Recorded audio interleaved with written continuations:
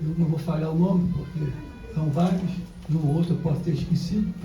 Você sabe que o autor, no dia da noite do autógrafo, sempre esquece o nome de alguém. Por isso é que o vendedor sempre escreve o nome. Tem a seguinte instrução: pode chegar o Papa, você escreve Papa, porque senão o autor esquece o nome do Papa. Então, eu agradeço a todos pela presença neste dia de Garoa Paulista. E o seguinte, os convidados para esse bate-papo conosco foram Lucélia Santos, o Ladislau Dover e o Mink, que está chegando. Está no táxi, está chegando, ele teve um compromisso antes, se enrolou na agenda, vai chegar um pouco atrasado, mas confirmou. Bom, a Lucélia Santos dispensa a apresentação. O Ladislau Dover, para muitos, também dispensa. Mas, de qualquer maneira, como ele é de São Paulo, alguns podem não conhecê-lo, é professor de economia da PUC, curso de pós-graduação, especialista em economia internacional contemporânea e planejamento e desenvolvimento social e econômico. Bom, depois ele vai se apresentar melhor do que, tanto quanto eu me lembre, é isso. Bem, depois dessa rapidíssima introdução, eu quero dizer o seguinte: há 2 anos atrás, nesta mesma sala, eu lancei um livro que chamava A Democracia Resiste, porque já era evidente que o novo governo tinha um projeto autoritário, de índole neofascista, de um retrógrado, de uma grande ofensiva contra a ciência e contra costumes modernos da vida urbana, digamos assim, para ser um pouco elegante. Esse livro cobriu os 2 primeiros anos do governo atual. Bom, agora, era um livro que incorporou uma série de artigos que eu ia escrevendo, o Firra-Mesir, homenagem ao meu amigo Etienne, que está lá, à medida que as coisas iam ocorrendo. Enfim, o livro saiu num molde, num estilo que os historiadores chamam histórias do presente, história imediata, algo assim. Então, este livro que eu estou lançando agora, este livro tem uma diferença metodológica, mas é do mesmo molde. É que, na minha avaliação, a democracia não está mais resistindo, ela está reagindo. Portanto, é uma noção proativa que antes não havia. Essa noção proativa, ela se vê na sociedade civil, partido da oposição, ministro do Supremo Tribunal Federal defendendo a Constituição, embora nem todos o façam, mas enfim, não é o caso aqui de estar falando em nome. Mas, então, o livro, ele iniciou um primeiro capítulo em que eu recolhi 2 momentos, um passado e um futuro. Então, na linha da questão de identidade nacional na história do Brasil, é um artigo, né? E o segundo, a questão de uma sociedade baseada em desenvolvimento sustentável, ou seja, já incorporando todos os elementos e conceitos da política ambiental contra a destruição da biodiversidade e a crise climática ocasionada principalmente pela emissão de gás de efeito estufa da indústria do petróleo, né? Da gasolina, do óleo, do gás, etc. Bem, então, uma visão assim de ecossocialismo, digamos assim. Bom, a segunda parte é conjuntura política, que eu imagino que talvez seja o que tenha mais interesse, já que estamos em ano eleitoral. Então, uma série de artigos da conjuntura política. A terceira parte é a questão ambiental no Brasil e, em geral, no mundo, né, com a ameaça à sobrevivência da humanidade com a destruição dos recursos naturais pela atividade econômica predatória que predomina. Bom, e, finalmente, a quarta parte é a questão internacional, principalmente com a guerra na Ucrânia, que aponta uma nova ordem mundial. Então, aí são questões complexas, também não vou entrar aqui, embora me coloque à disposição, eu li muito a respeito e tem vários artigos sobre a nova ordem mundial em função da guerra na Ucrânia. Bom, nós da mesa, claro que estaremos à disposição, se quem quiser falar depois, eu, em princípio, vou pedir a cada... Eu não vou entrar no mérito, fiz a apresentação inicial, o bate-papo são com os nossos convidados. Eu vou pedir que cada um fale 15, no máximo 20 minutos, me parece razoável. O mais difícil depois, com esses dois, eles são muito disciplinados, sempre foram muito obedientes à lei, o mais indisciplinado vai ser o Mickey quando chegar, mas sem dúvida, mas eu seguro, eu vou pedir que ele fique nos seus 20 minutos. Então, vou começar então a pegar a Lucélia. Lucélia, por várias razões, está aqui. Ela sempre foi uma ativista, além de atriz, uma grande ativista política. E sempre participou de grandes momentos da vida política nacional em defesa da democracia. Inclusive, tive a honra de contar com o apoio dela quando eu fui deputado nos anos 80. E hoje, quando tomei conhecimento de que ela é candidata a deputada federal, eu me coloquei à disposição da campanha dela e da agenda que ela sempre lutou, que é a agenda de defesa dos povos indígenas. Vai explicar isso, evidentemente. Então, por favor, Lucélia, eu vou começar com você. Obrigada.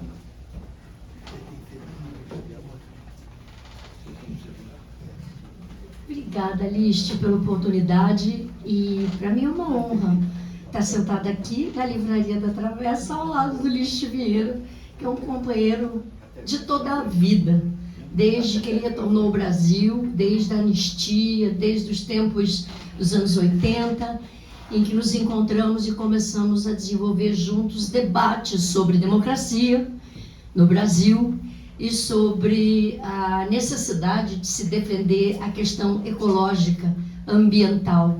Foi assim que nós começamos os nossos encontros nos anos 80, muitos deles, a maioria deles, inclusive lá em minha casa, e foi assim que nós acabamos juntos com Cabeira, Alfredo Sirquis, a quem eu faço uma homenagem aqui, nosso companheiro que faleceu em dezembro do ano passado, num estúpido acidente de automóvel aqui no Rio de Janeiro, partindo de uma maneira precoce, extemporânea. E, enfim, eu sempre gosto de falar do Sirquis, que foi um grande companheiro nosso, tocava o partido para diante, e acabamos fundando com o Carlos Mink, que vai chegar daqui a pouco, com o Herbert Daniel, com o Luiz Alberto Pio, John Nashlin, acabamos fundando o Partido Verde em 1985, né? Numa reunião até aqui no teatro ao lado. Bom, enfim, o Liste além de ser um grande companheiro, é uma pessoa do meu coração, por causa da sua gentileza, da sua elegância. O Liste é um grande intelectual, um grande político, um grande articulador político, um grande ambientalista, mas acima de tudo, um gentleman. O Liste é uma pessoa que não nos pode falar nada do Liste. Assim, Liste é 10.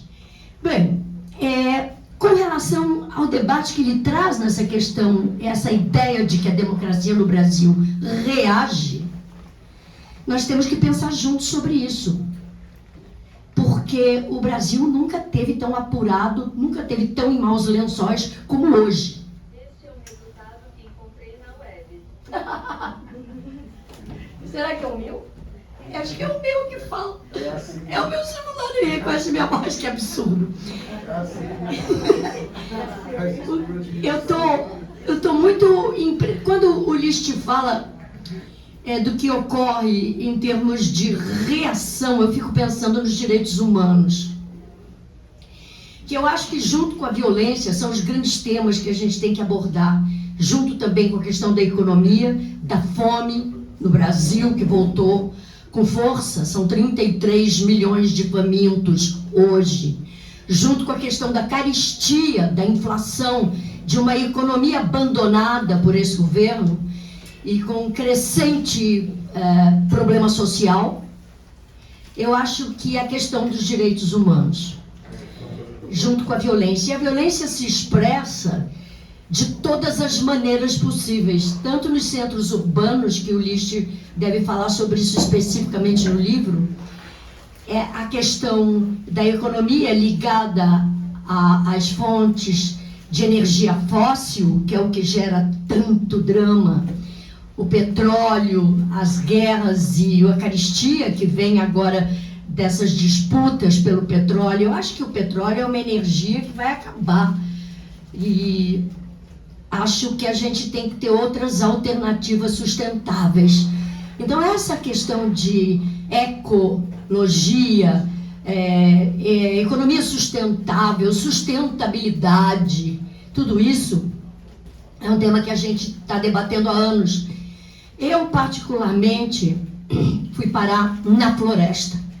Então, o que eu quero falar quando eu falo de direitos humanos é a tragédia que a gente está vivendo hoje, com o assassinato violento, criminoso, horroroso, indescritível de 2 trabalhadores, um jornalista, que por acaso era um cidadão inglês, e um ambientalista, um homem ligado à floresta, aos povos indígenas, amigo de várias nações indígenas, um homem que tinha uma circulação ali naquela região do Vale do Javari, tentando salvaguardar os direitos dos pescadores locais e da sua economia sustentável, que os povos da floresta vivem dessa extração, dessa sustentabilidade, porque é a fonte de vida deles. Eles defendem e protegem a floresta porque eles se alimentam dela, sem destruí-la. Quanto mais a preservam, mais eles têm recursos. Só quem sabe dessas coisas é quem vive na floresta. Nós, urbanos, não sabemos de nada sobre isso. Eu acompanho esse debate desde Chico Mendes, de quem, àquela altura do Partido Verde, eu fui companheira, porque eu conheci o Chico Mendes no encontro do Partido Verde em Petrópolis, em 1988. O Chico me convidou para ir imediatamente a Chapuri. Eu fui, no dia 1º de maio de 88, para o primeiro encontro brasileiro das mulheres acreanas, das mulheres seringueiras do Acre, seringueiras extrativistas, de um modo geral, do Acre, e para apoiar o Chico na reeleição dele para o Sindicato dos Trabalhadores Rurais de Chapuri, onde ele já era presidente, era uma reeleição, e o Chico estava ameaçado de morte. Eu cheguei a Chapuri no meio do conflito, de uma luta forte de resistência deles, de uma energia de conflito muito grave entre o latifúndio, que é o que se repete agora, e o Chico Mendes, os latifundiários locais e o Chico Mendes. Isso foi em dia 1º de maio de 88. No dia 22 de dezembro de 88, ou seja, poucos meses depois, o Chico foi assassinado cruelmente na sua casa, quando estava saindo para tomar um banho na sua casinha, no terreiro, no quintal. Aquela bica, que na floresta tem uma bica ao ar livre, onde você vai tomar seu banho. Ele estava no ombro com a toalha que ele tinha ganho de presente de aniversário uma semana antes. Talvez estivesse até inaugurando a toalhinha dele. E foi assassinado, com tiros de escopeta, disparados por um pistoleiro de plantão. Essa é a história do Brasil. Essa é a história da Amazônia. Essa é a história dos povos da floresta. Hoje, Anistia, eu estou fazendo uma peça sobre esse assunto, chamada Vozes da Floresta, Chico Mendes Vive, que estava em cartaz até essa semana passada em São Paulo, no Sesc Ipiranga. E agora, por causa da campanha, eu vou dar uma parada e retorno depois de outubro. Mas eu falo essa história na minha peça através da fala do próprio Chico Mendes, com quem eu gravei há 34 anos atrás, e ele é a âncora narrativa da história que eu conto. E no paralelo nós interpretamos 3 mulheres da resistência, uma sindicalista que foi a fundadora do primeiro sindicato de trabalhadores rurais extrativistas, lá em Brasileia, Depois a tia de Chico Mendes, a dona Cecília Mendes, a matriarca do Seringal, que foi o ponto máximo de conflito que levou ao assassinato efetivo do Chico, àquela altura.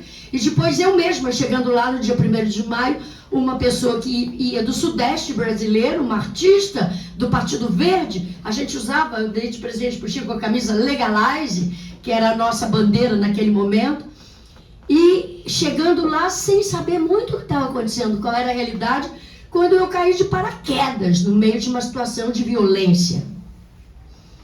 Retomando o tema da violência, a Amazônia nunca foi diferente.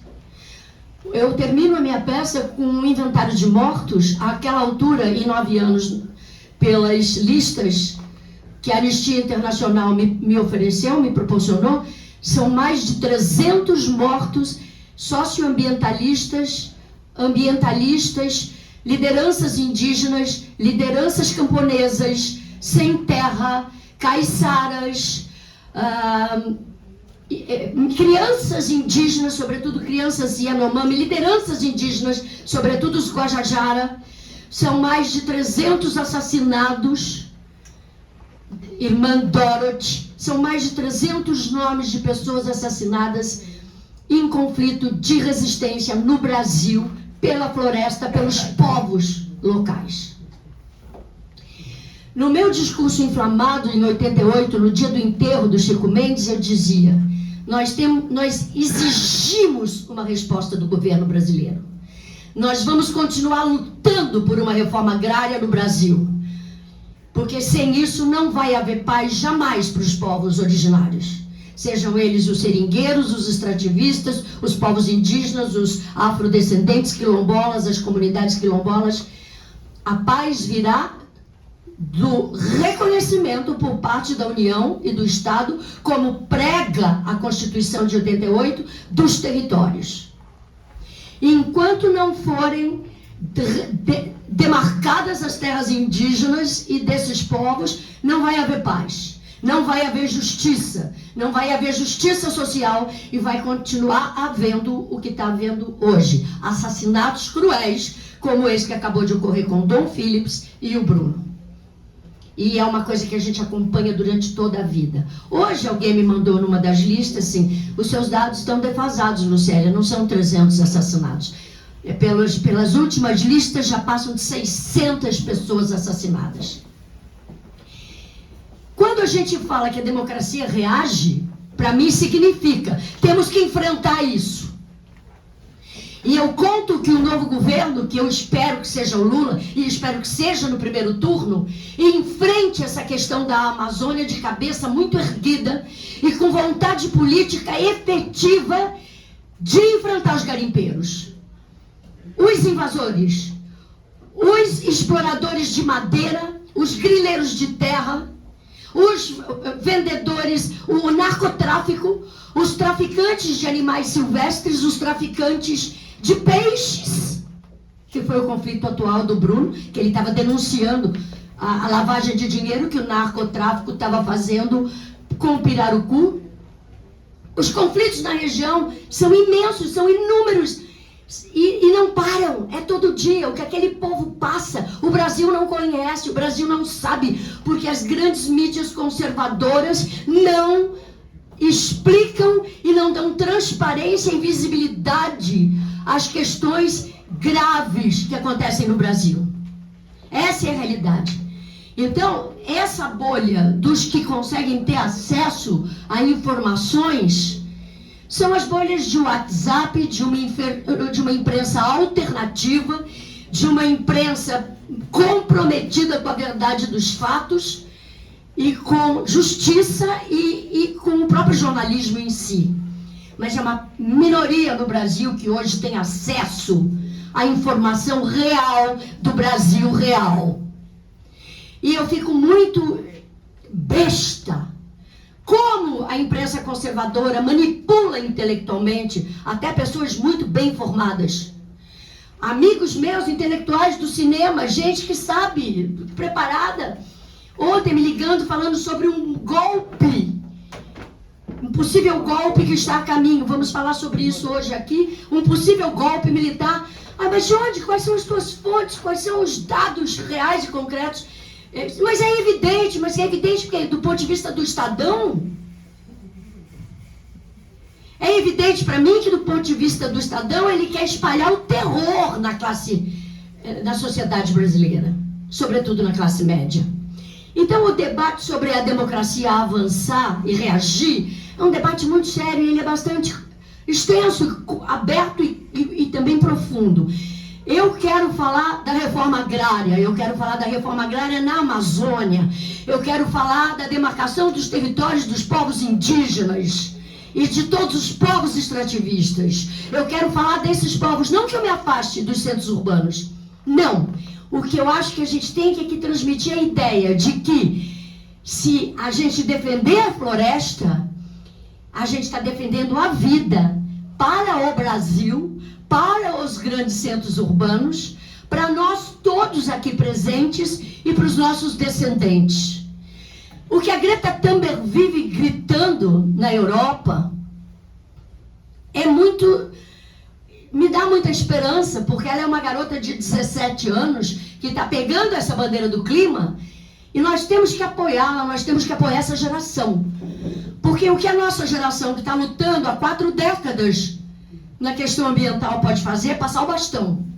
Vai, Greta, vai aí, galera, vão lá para a floresta agora, porque a floresta em pé, viva, fecunda, extraordinária, é a garantia da nossa vida, é a garantia da nossa saúde, é a garantia da nossa subsistência, é a garantia da nossa descendência. Então, quando eu falo da floresta, eu estou falando de São Paulo, eu estou falando do Rio de Janeiro, de Brasília, de Belo Horizonte, de Porto Alegre, eu estou falando de todos os centros urbanos do Brasil. A questão é que os brasileiros não têm muita proximidade da floresta. No Brasil, as pessoas dizem, Amazônia, lá longe, o Vale do Javari, sabe? Os Yanomami. É como se tudo fosse muito distante de nós. E eu acho que, de alguma forma, as mídias conservadoras corroboram com essa distância que nos transmitem. Da mesma forma como botam o terror com relação à possibilidade de um golpe militar. Falar de democracia reagindo é falar de tudo isso. E pronto, acho que eu paro por aqui, porque senão eu vou ficar muito chata, muito extensa. Obrigada.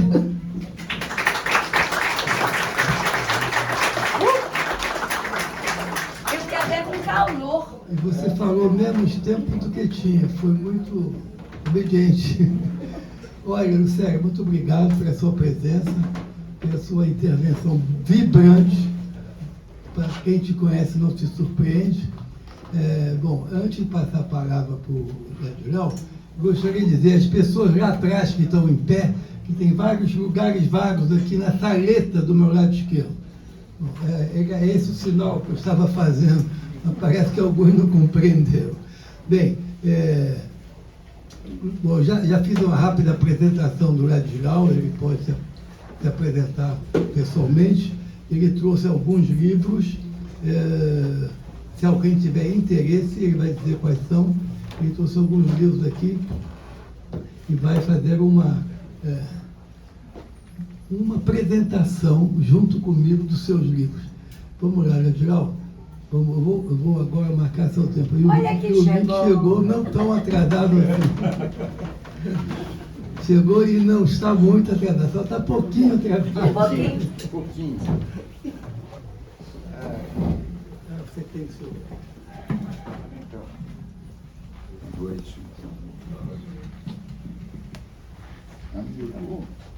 Está igualzinho, rapaz. Não melhorou nada.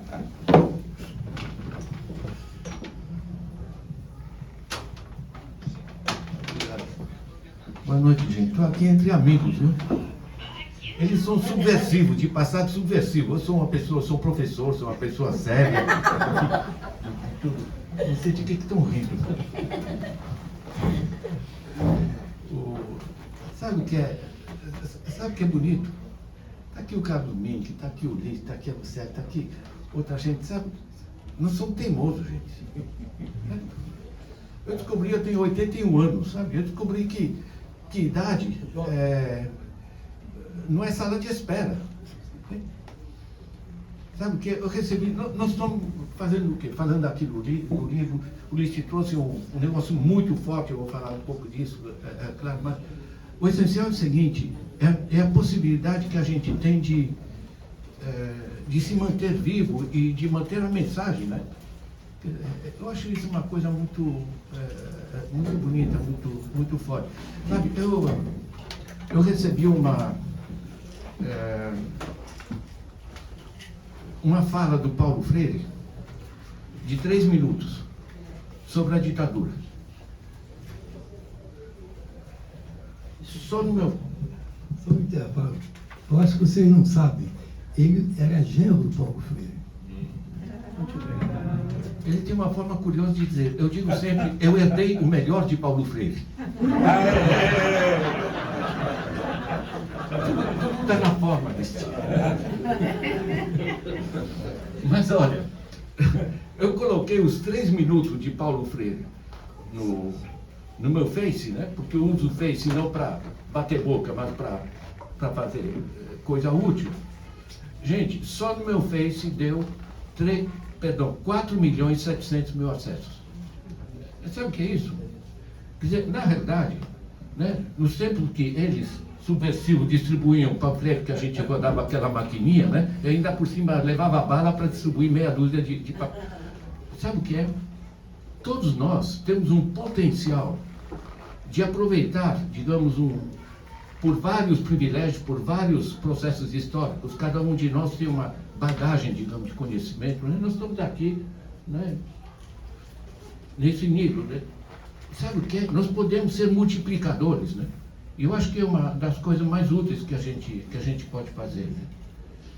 Esse livro, eu li, muito divertido, né? Porque eu fiz um prefácio, mas sou uma pessoa séria e tive que ler, né? Eu falei, eu vou ter que ler o Liszt, tá? Enfrentei. Mas é muito divertido, porque ele retoma esse processo das nossas desgraças, né?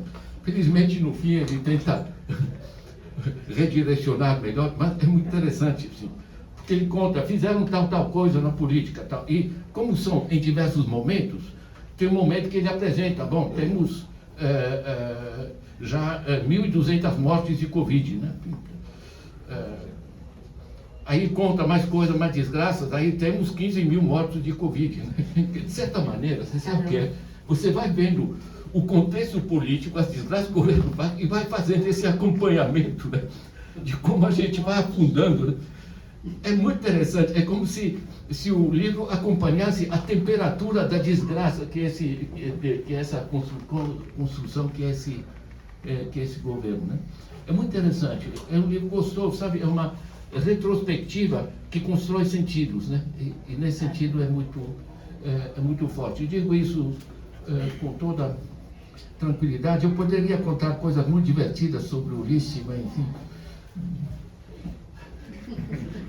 Fica sossegado. Conta. A recíproca é verdadeira. Bom, tem. Então, vamos passar a outra coisa. Não vai passar Gente, nós somos da geração de gente que viajou bastante, né? Graças aos militares. Eu, inclusive, com viagem paga. pelo menos aí. Em traje esportivo, né? Eu saí sem sapato, sabe? Tal como foi, né? E acabei numa outra fase da vida da gente, que era em Portugal, né? Lisboa, enfim, a gente, todo esse... Foi assim que eu me enrosquei, porque... Bom, você ainda me levou para Guiné-Bissau. É verdade.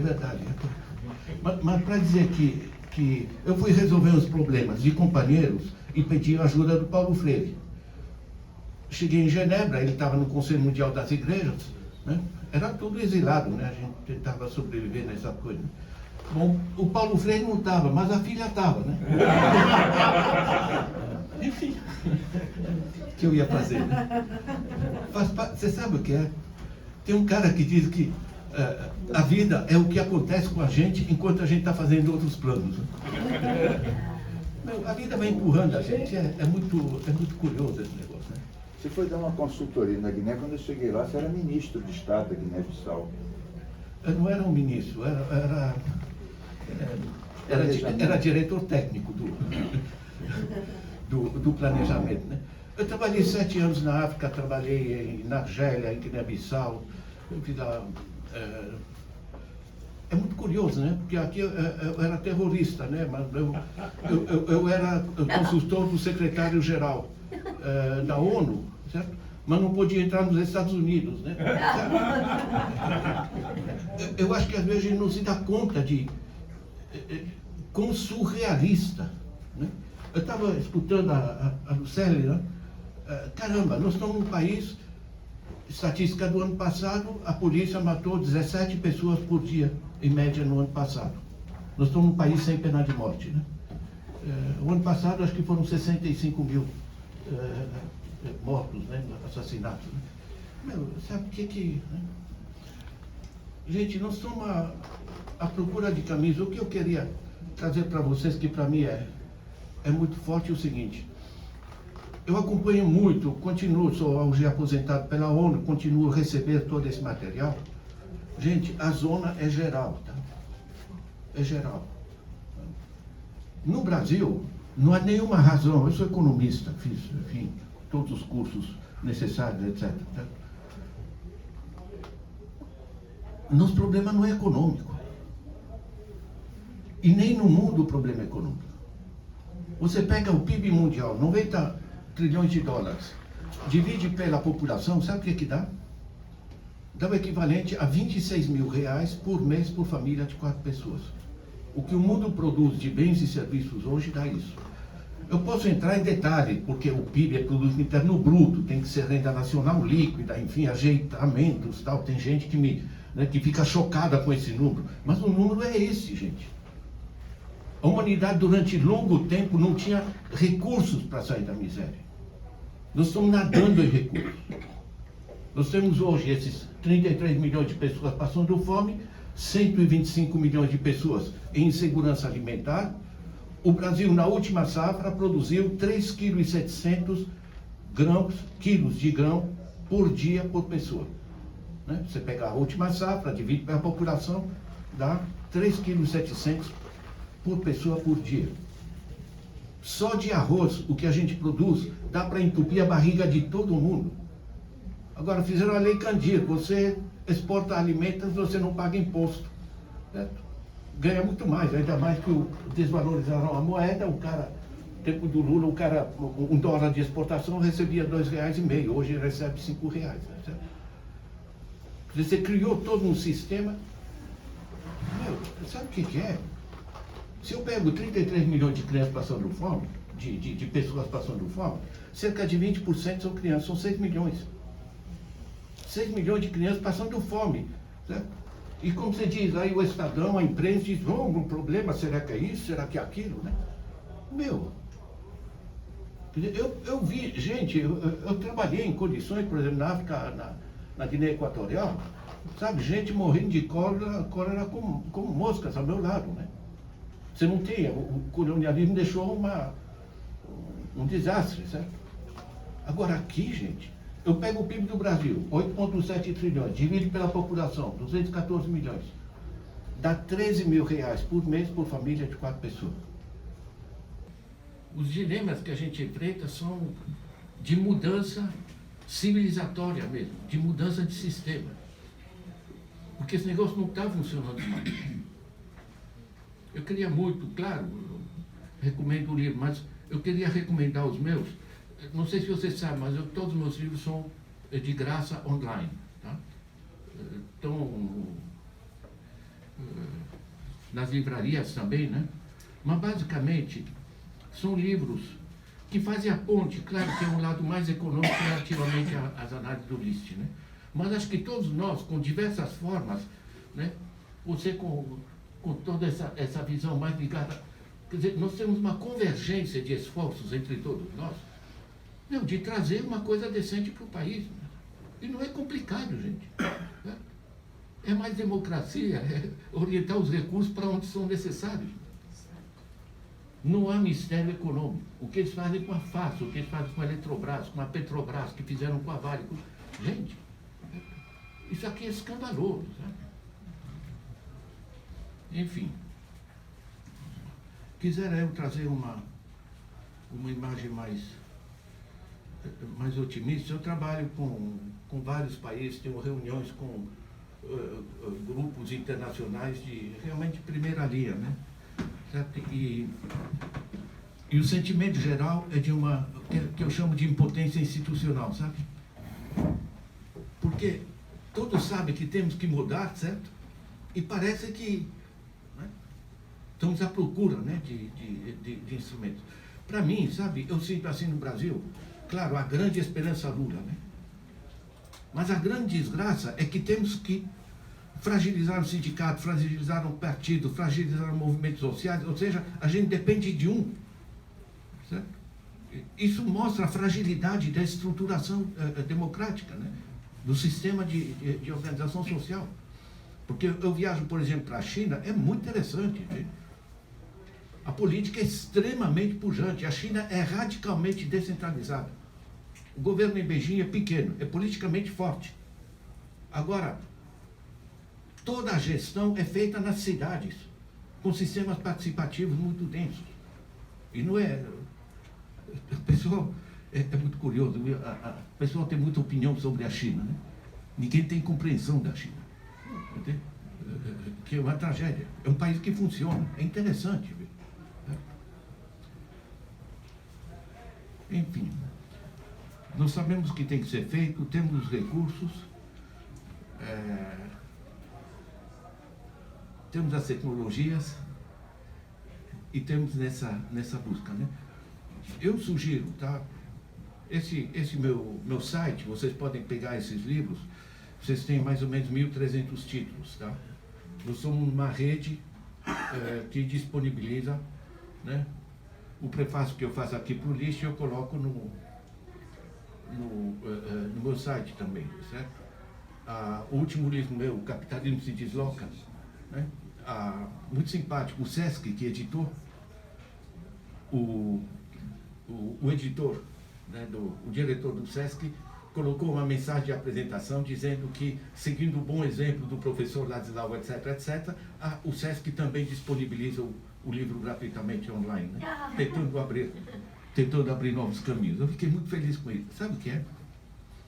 Eu acho que o que nós temos e que talvez subutilizamos, todos nós, é que nós temos um nível de bagagem de compreensão muito rico, que todos nós acho que temos que ajudar. E esse livro trazer essa pequena reunião. Você sabe, eu ontem à noite eu estava em Salvador. Tinha cerca de 500 pessoas. Tudo gente de gravata. Aqui não tem nenhuma gravata aqui. Certo? Tudo gente de gravata, auditores fiscais de todo o Brasil. Sabe o que é? Só fala progressista, gente. Os caras pé da vida, que estão servindo a quê? Ou seja, sabe o que é? De um lado a impotência que a gente sente, de outro lado eu tenho a impressão, sabe, que a coisa está fervilhando, sabe? As pessoas estão, caramba, né? Sabe o que é o cara, auditor fiscal, que entende das coisas, vê o que estão fazendo com os recursos públicos e tem que baixar a cabeça? É um negócio, né? Enfim. Triste, parabéns, eu fico muito feliz, viu? E eu fico muito feliz, para mim são irmãos isso aí, viu? Eu falei muito besteira também sobre ela, ainda vou te passar isso. Gente, um grande abraço, eu muito feliz de vir aqui no Rio falar com vocês.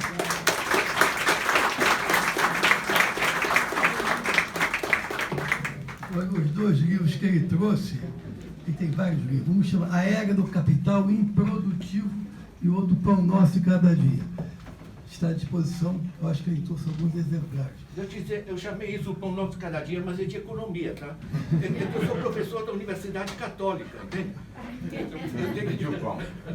O Pão Nosso de Cada Dia eu dei para o cardeal, ele ficou muito feliz quando viu o título.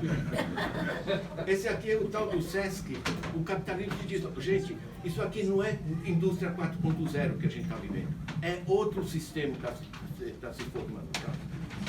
Eu trouxe alguns, claro, aí vai, a gente distribui.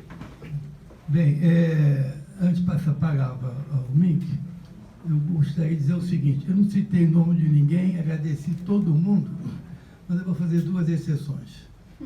A primeira é o seguinte: é que nós três da mesa, Léo Cadarocé, que é bem mais jovem do que nós estivemos exilados, logo que saímos do Brasil, na Argélia, num centro chamado Benaknu, um centro de férias.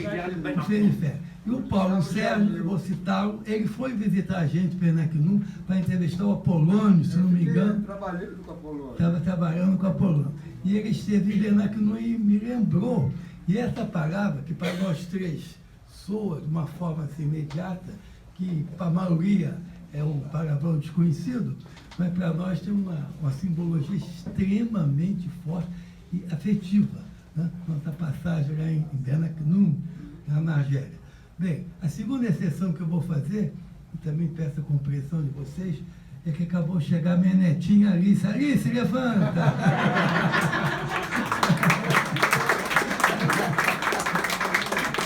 Então, fico feliz de ver a nova geração que veio participar do nosso debate. Valeu, gente. Agora, o Mink, a palavra é sua. Só um esclarecimento. Eu não deixei claro quando eu falei, esse livro, embora ele seja artigos que vão acompanhando a evolução, né, da conjuntura política, ele não é jornalístico no sentido de ser informativo, ele tem um enfoque mais analítico. Mas ele dá conta dessa evolução. O Ladiel deixou isso bem claro no prefácio brilhante que ele escreveu. E a orelha do livro, também quero aproveitar e agradecer aqui, foi feita pelo deputado Carlos Mink, que está aqui nos honrando com a sua presença. Vamos lá, Mink, a palavra agora é sua. Só o seguinte, eu vou pôr esses livros para circular, vocês folhearem, lembrando a vocês que o livro está online, todos eles disponíveis online gratuitamente. Ele se chamava Jamil. A teoria do Jamil era um foco diferente do Debré, era uma coisa muito mais articulada. Olha, vocês... Não. Deixa eu falar, você fala muito. Deixa eu falar aqui. Pão nosso de cada dia. Vamos comer aqui o pão nosso de cada dia. Olha, Luciano, sabe que está fazendo uma conta inacreditável. Hoje, exatamente hoje, faz 52 anos que nós três saímos da prisão, juntos. Hoje, 52 anos. 1970. Foi exatamente hoje. Faz 50, ou seja, do alto dessa mesa, meio século nos contemplam.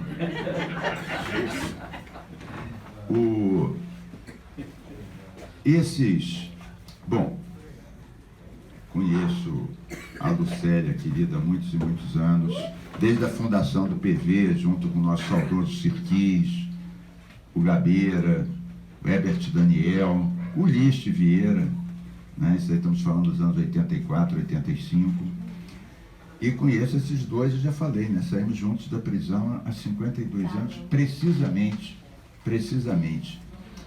E eu, quando li o livro, eu já li os artigos que o Ulisses ia escrevendo, porque ele manda para os amigos da rede dele, ele escreve para o Brasil de Fato, para o 247, para vários sites. Esses sites são muito importantes, porque são uma mídia alternativa e tem milhares e milhares de seguidores, milhares de pessoas que vêm. E o Ulisses, que a gente teve várias, quer dizer, eu participei da primeira campanha do Ulisses para deputado estadual em 82. 82, foi o primeiro deputado verde da América Latina. Eu me lembro que alguns setores da esquerda meio homofóbicos chamavam o Ulisses de viado verde. Aí o Ulisses incorporou viado verde. Que maravilha! Eu me lembro disso, eu me lembro a gente planejando aquelas campanhas, né? A gente nunca tinha feito uma campanha assim, foi a primeira, né? Então era Guido Gelli, Sérgio Pinho, né? A gente planejando aquelas campanhas do Ulisses, aquelas coisas todas. E era uma mistura de muitos anos, preso, exilado, e daqui a pouco um de nós ia para o parlamento, né?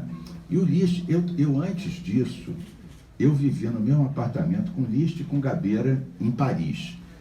E aí, o nome, eu vou falar uma coisa que nem todos conhecem, de onde é que vem o apelido do Liszt. O Liszt, o apelido dele era Baron de Texel. Tinha a Rua do Texel, aonde nós morávamos juntos, e o Gabeira inventou que o Liszt era o Barão da Texel. Então virou Le Baron de Texel, era o Liszt. Isso daí nos anos 75, em Paris. 75. Pouco depois do golpe do Chile.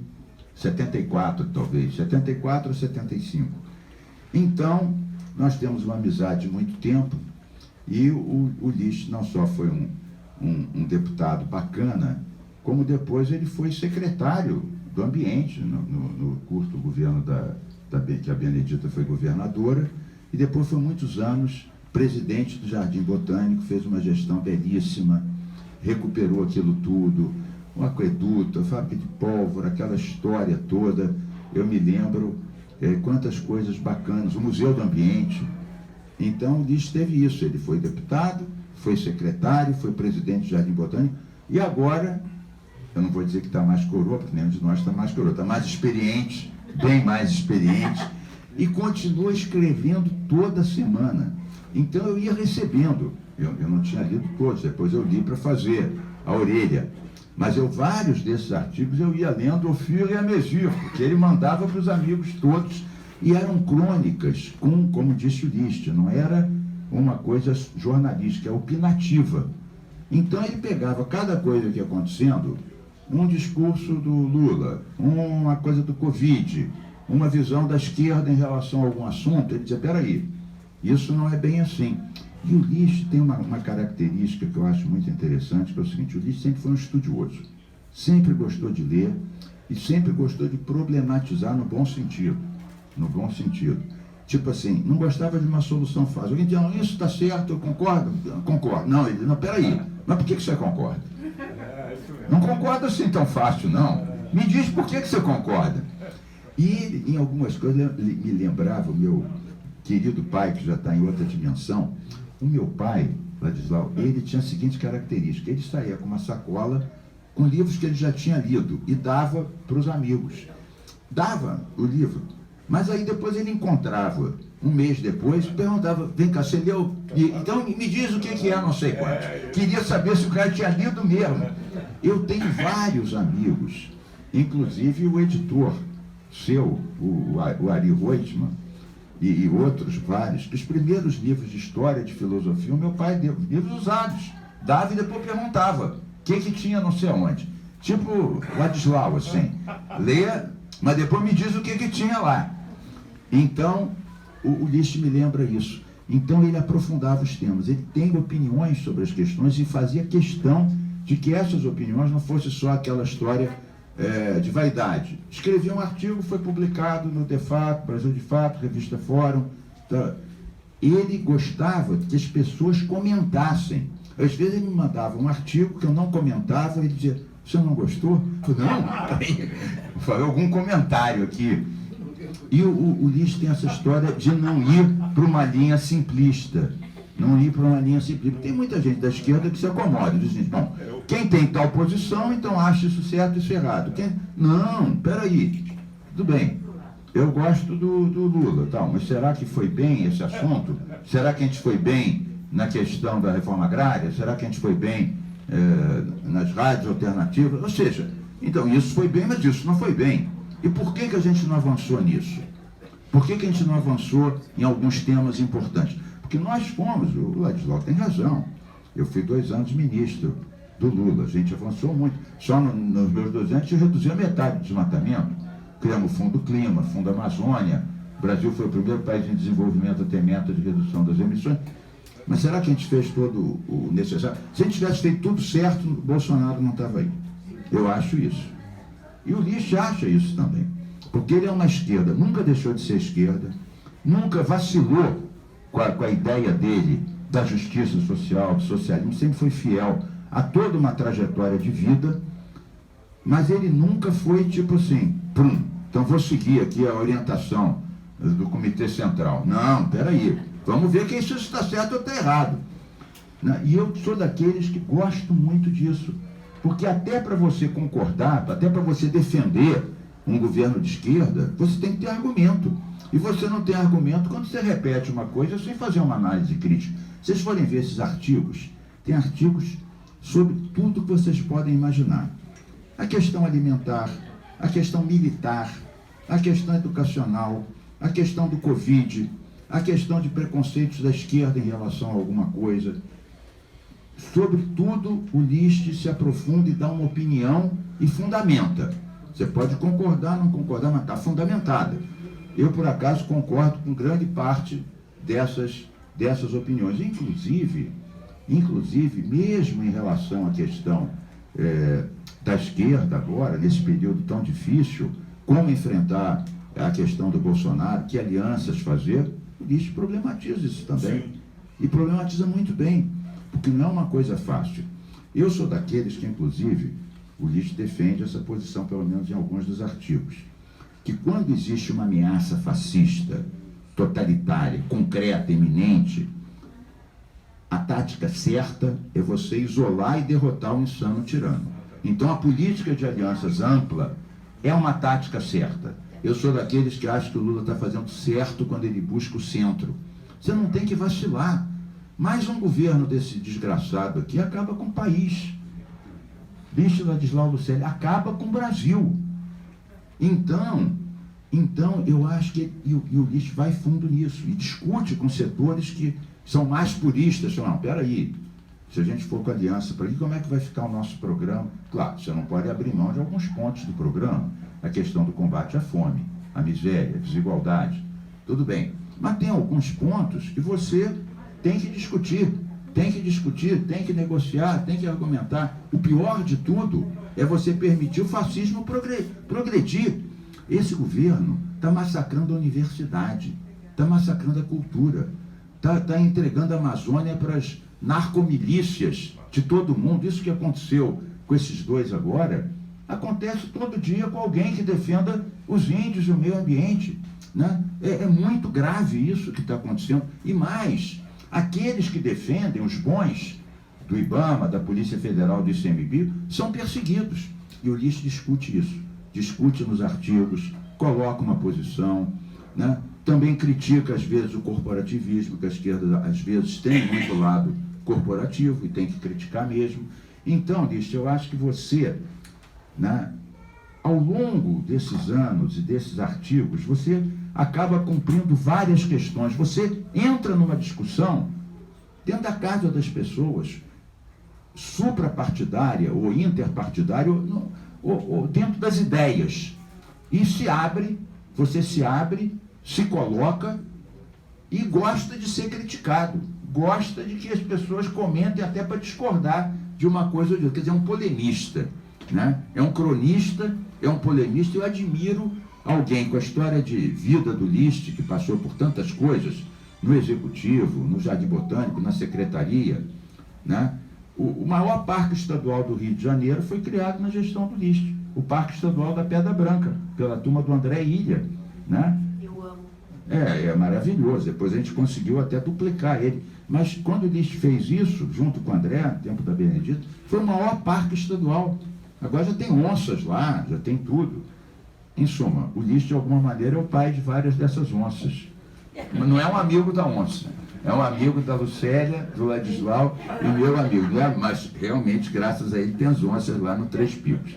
Mas então, pessoal, eu vou ficar por aqui para dizer o seguinte: é um livro gostoso de ler, porque são crônicas independentes, mas elas têm uma linha. E a linha é um olhar de alguém que tem décadas de militância política, de leitura, de atuação, de legislar, de gerir, e compartilha isso com as pessoas, uma coisa bonita, né? E esses artigos, pelo que eu sei, você nem era remunerado por esses artigos que você escrevia. Porque esses sites da esquerda são ótimos, mas não pagam nada para ninguém. Então, você acaba tendo um exercício de compartilhar com milhares de pessoas uma visão aprofundada do que acontece.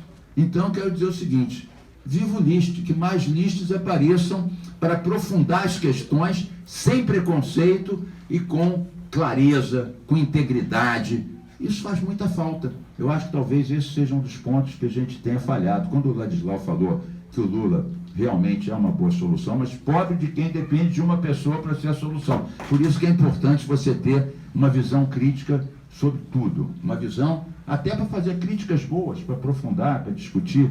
E isso daí é muito bom. Parabéns, List. Viva o List.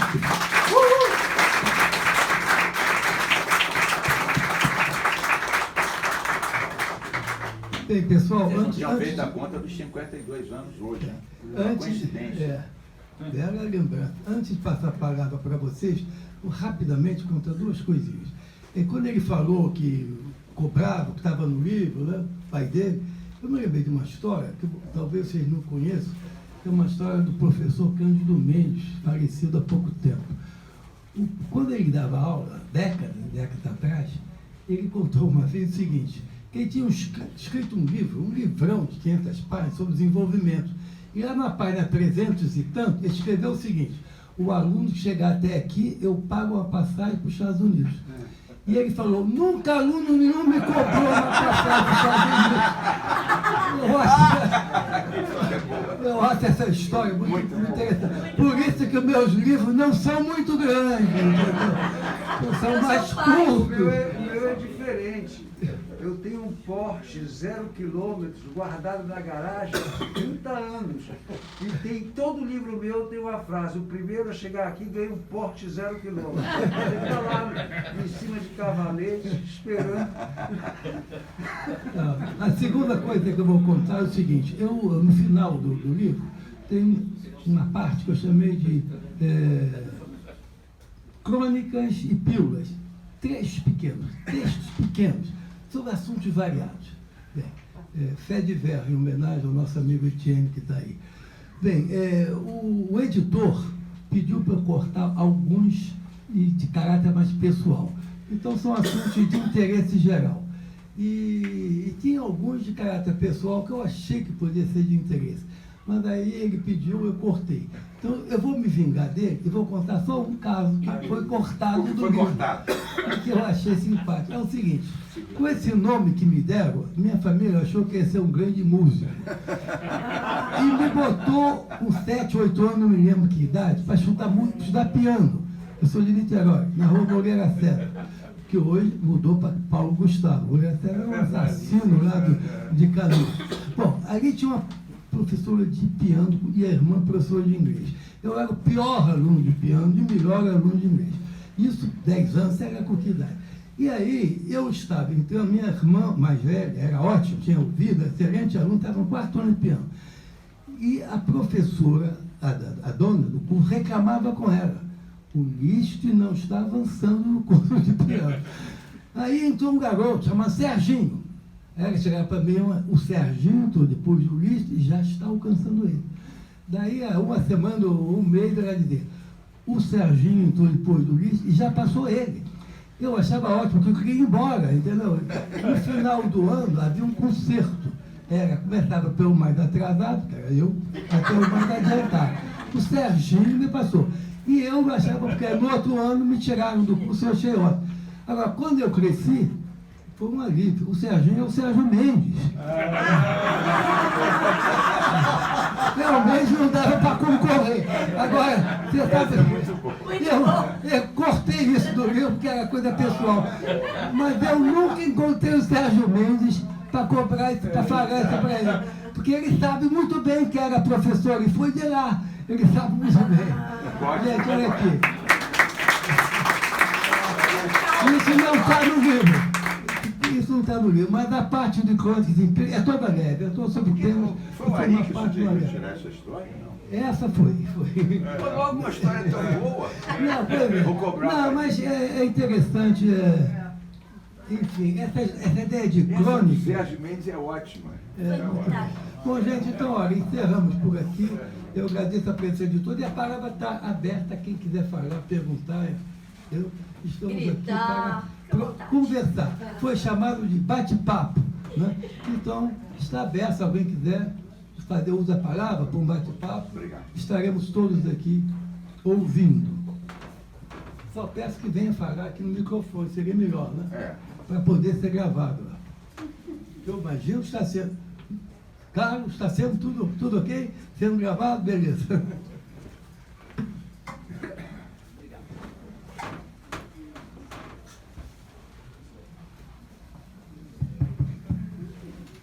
Isso, pode levar o microfone até se tiver alguém que queira. Ó. Boa noite a todos. Eu sou a Lúcia Scheib, da revista Eco 21, que atualmente é uma plataformazinha que está iniciando aí nessa era cibernética, eco21.eco.br. E eu fico muito feliz de estar aqui hoje, porque quase que não vinha uma forte gripe e tal que pintou aí. Mas eu falei, não, vamos me agasalhar. Esse momento é memorável, é histórico, né? Esse Partido Verde, essas pessoas tão preparadas e tão maravilhosas que nos representam. Porque realmente a situação é difícil e a gente que não tem muita possibilidade de ser um político profissional e tal, a gente tem que depender dos políticos profissionais que querem realmente fazer alguma coisa, por mais que não seja resolver tudo de uma vez, que não é possível, mas vamos fazendo, como o Carlos Mink, por exemplo. Mink tem quantas leis e quanto a cumprir essas leis, né? O cumpra-se. Né? Um lixo maravilhoso, com quem eu viajei para Joanesburgo, na Rio+10, estivemos juntos, e sempre pôde assim, colaborar na nossa revista com seus artigos. A gente já teve artigos seus também, professor. E o nosso Mick, maravilhoso, que sempre também nos apoiou. No Célio ainda não, mas quem sabe, né? Com certeza. Então eu estou muito feliz de estar aqui, só foi, como ninguém falou, eu quis falar um pouquinho. Então, boa noite e muito obrigada pela oportunidade. Aliás, você falou da Lucélia, eu não sei se a Lucélia disse, você disse, Lucélia, que ela você falou, a Lucélia está se candidatando a deputada federal. Que todos saibam, porque eu É verdade, porque tem que ter voto. Gente! Eu sou pré-candidata a deputada federal pelo Rio de Janeiro, pelo PSB. E dobradinha ali com meu amigo Carlos Mink. Freixo, Molon E Lula. e Lula.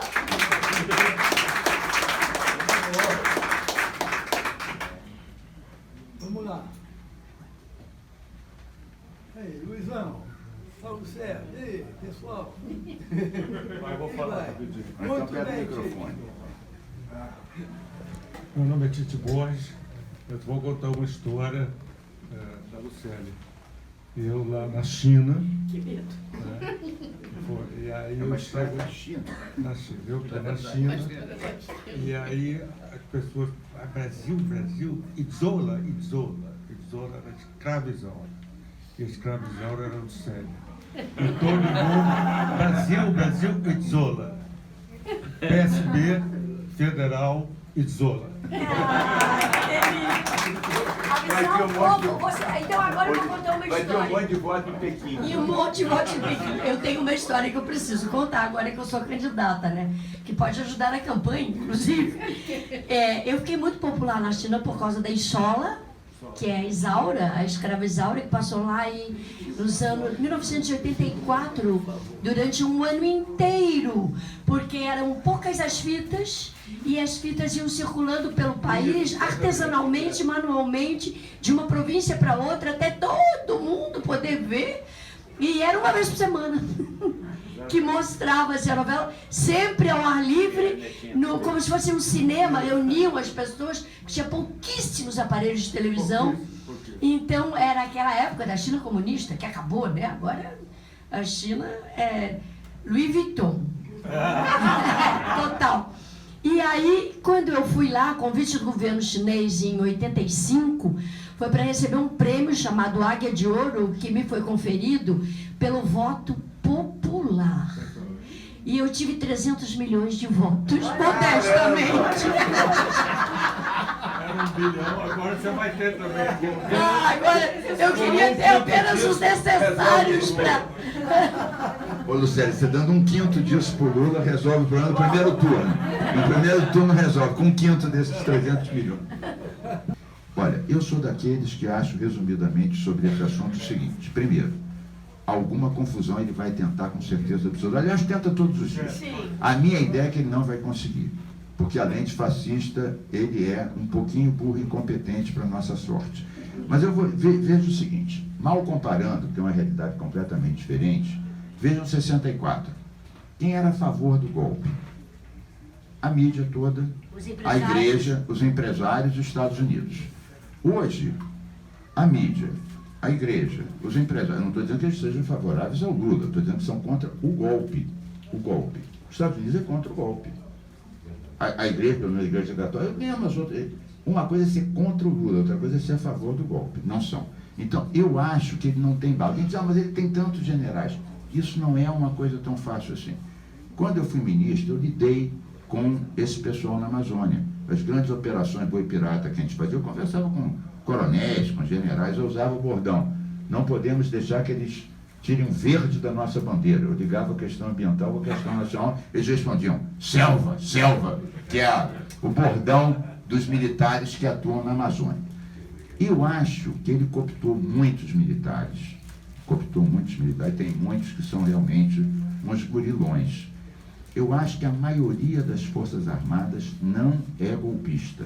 Alguém fala, que você está dizendo isso, mas por que esses outros não se manifestam? Eu falo, bom, as Forças Armadas é que nem um centro acadêmico, um sindicato. O cara discorda, abre a boca, está na prisão no dia seguinte. Aquilo é uma coisa terrível. Então, eu acho um pouco do sentimento que eu tenho, e pessoas até que têm mais contato atualmente com eles do que eu, também dizem isso, que a maioria realmente não vai embarcar. Outra coisa, voltando sempre, e mal comparando, e com isso encerro essa parte, passo para os meus companheiros e minha companheira de mesa para falar suas ideias, não é comparável 64, eu já falei, mas visto de um outro ângulo. Tinha uma inflação, tinha não sei quantos, tinha questão externa, tinha ameaça de encampar uma empresa, tinha revolta dos cabos da Marinha. Então o pessoal diz, não, ameaça... Hoje o que a gente tem? A gente tem um país muito ruim, mas a culpa disso tudo é desse senhor, né? A inflação, quer dizer, o povo não tem o que comer, ele anda de motocicleta. O povo não tem condições de resolver a carestia alimentar, ele briga com o ministro, briga com a urna eletrônica. O que isso vai botar de comida no prato dessas pessoas? Então ele tem uma profunda incapacidade de ter empatia com as pessoas. Eu acho que ele vai perder a eleição no primeiro turno. Acho que ele vai perder. Agora, eu acho que ele vai tentar uma confusão. Vai. Ele tentou no setembro do ano passado, vai tentar no setembro desse ano. Então, como ele já tentou e já não deu certo daquela vez, inclusive com caminhoneiros, ele montou, todo mundo lembra. Depois disse que não era bem assim, com o Temer, escreveu aquele documento. Eu acho que ele vai tentar uma coisa daquele tipo, mas não vejo que seja mais favorável agora do que antes, porque a situação da economia se degradou. Mesmo o pessoal do agronegócio, muitos dão apoio a ele, estão isolados. Ele criou problema com a China, com os Estados Unidos, com a Europa, diminui o mercado, não consegue atrair trilhões dos fundos por causa da questão ambiental. Então, muita gente do mundo econômico e empresarial sabe que se agora está ruim, se ele der um golpe, vai ficar pior, porque vai ter mais isolamento, mais inflação, juro mais alto e mais custos que vão cair em cima de quem? Do povo, das empresas. Então, eu vejo que ele vai tentar e que ele não vai conseguir. Isso não significa que a gente baixe a guarda. Mas se você começar a dizer muito, vai ter golpe, vai ter golpe, vai ter golpe, a pessoa começa a ficar com medo, começa a ficar com a moral baixa. A gente vai dizer, não vamos conseguir dar o golpe, são os fracassados, são os isolados, não tem maioria, tem militares nacionalistas. Então, acho que a gente deve falar exatamente o contrário, de se trabalhar para constranger alguma base que vá nesse sentido. Por aí que eu penso.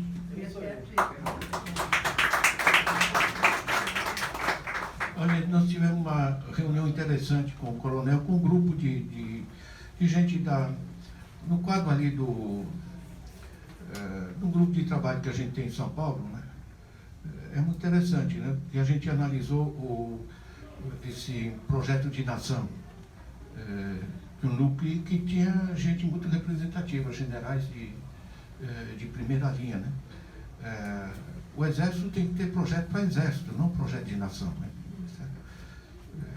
Ou seja, há uma certa raiz, digamos, de se colocar como salvador. De certa maneira, eles criam o drama e vêm com a solução frente ao drama, né?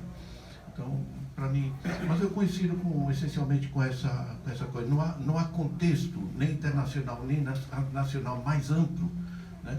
A própria Faria Lima, que, digamos, é um grande, quem realmente tira gigantescos lucros, quer dizer, privatizar o petróleo não é brincadeira, entende?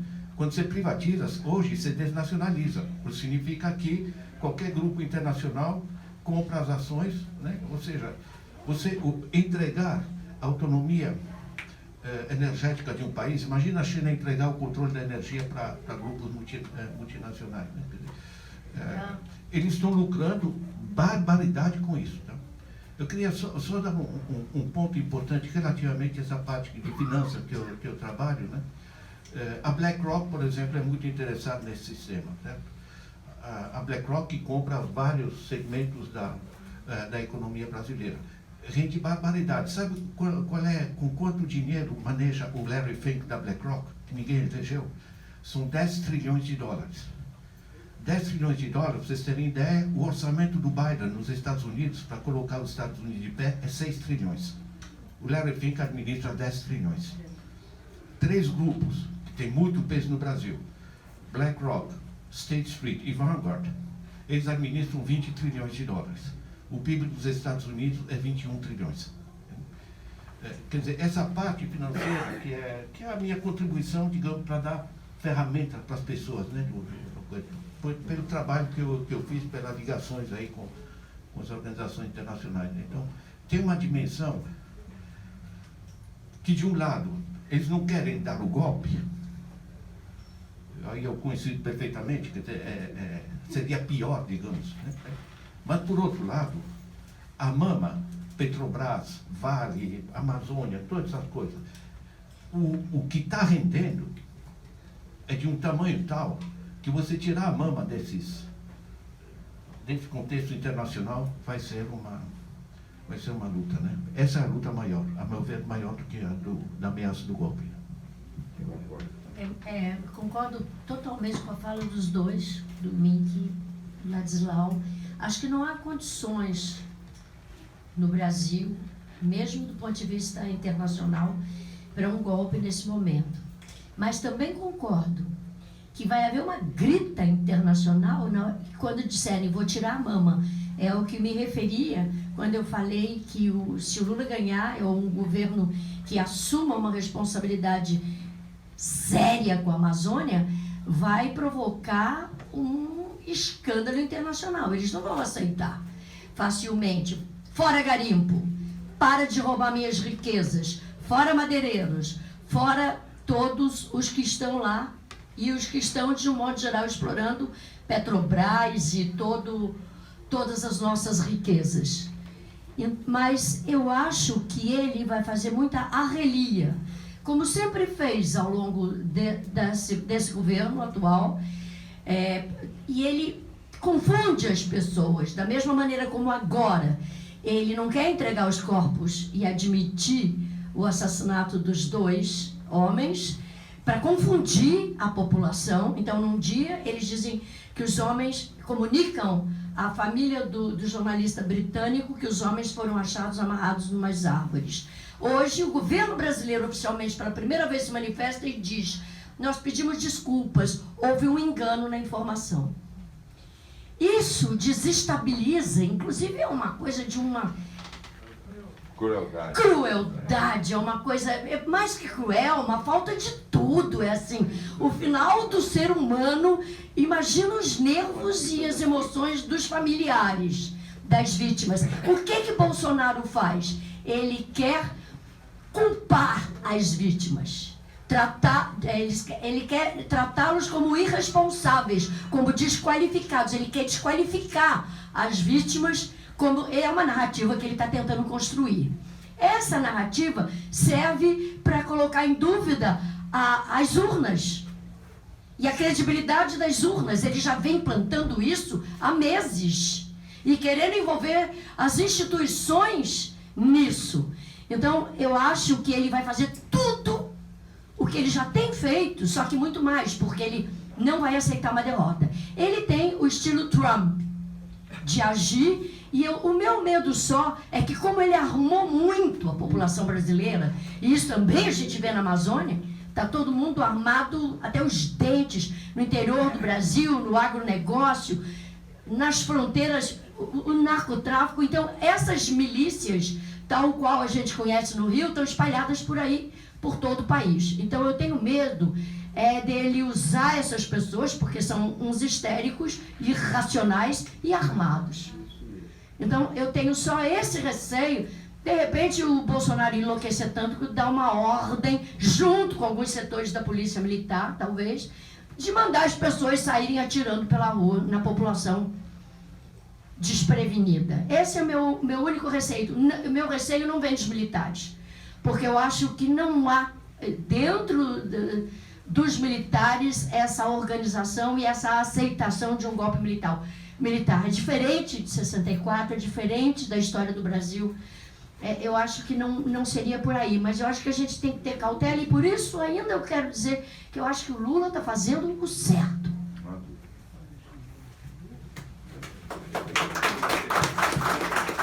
Bom, para encerrar, também vou dar minha opinião ao caminhamento da Cláudia.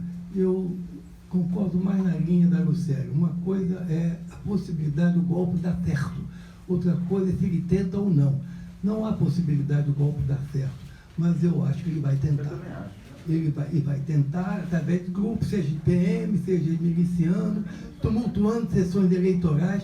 Ele não vai perder, dar parabéns ao vencedor, ele não vai fazer isso. Alguma coisa está armando. Agora, só para encerrar, é importante o seguinte: no primeiro turno, a eleição não é só de presidente, é de governador de todo o Brasil, de deputado de todo o Brasil. Está muita gente interessada na eleição no primeiro turno. Agora, o segundo turno, se houver, seria só Bolsonaro com Lula. Então, a possibilidade de tumulto no segundo turno é maior, é bem maior. Daí a importância do trabalho para que Lula vença no primeiro turno. Porque eu acho que isso aí, se não elimina, reduz substancialmente a possibilidade de tentativa de golpe, não no sentido de tanque na rua, né? Mas o golpe no sentido de tumulto, né? Que possa prejudicar até a apuração eleitoral. Ulisses, não, é rapidinho. Concordando com a Lucélia e contigo, eu só faria uma observação. As pessoas, o segundo turno não é só o Lula, se tiver, é também governadores. Mas não é isso que eu ia dizer. Eu ia dizer o seguinte: os que ganharam no primeiro turno, senadores, deputados, etc., eles não querem um golpe. Porque eles vão ver o que vai acontecer, vão ser cassados os mandatos. Então, também tem o outro lado da moeda. Já tem muita gente que... O próprio Centrão, que é bolsonarista, vocês acham que o Centrão quer o golpe? Eu acho que não. Eles sabem que o Lula vai precisar deles. Eu fui ministro 2 anos, tinha 3 ministros do Centrão que eu brigava com eles todo dia. Um era o Lobão, Minas Energia, queria fazer térmica em tudo que é lado. Outro era o Reinaldo Stefanes, que queria acabar com o Código Florestal. E o terceiro era o Alfredo Nascimento, que queria fazer aquela BR-319 de Porto Velho até Manaus, cortando a parte mais preservada da Amazônia. Então, o Lula é tão esperto que ele traz a luta de classe para dentro do governo dele. Tinha o Ministério do Agronegócio e o Ministério da Agricultura Familiar, que ele dava o pessoal do PT do Rio Grande do Sul. E ele ficava lá gerindo aquela história. Então, eu concordo com isso. Há, sim, outra coisa. Essas milícias todas, Lucélia, você falou certo, mas elas não estão articuladas politicamente. Uma coisa é você genericamente ser contra o controle de armas, né? Ser contra a punição e acabar estimulando e dizendo que o povo armado não será escravizado. Outra coisa é imaginar que essas milícias, cujo objetivo é extorquir a população, subornar a polícia, encher o bolso de dinheiro, estão esperando uma ordem geral, que tem alguma organicidade entre elas, e que, agora, que algumas dessas têm uma ligação mais umbilical e topam fazer um vandalismo para criar um caos, isso você tem toda a razão, infelizmente. Mas não vão ser capazes de fazer isso. Não vão ser capazes. Vamos lá.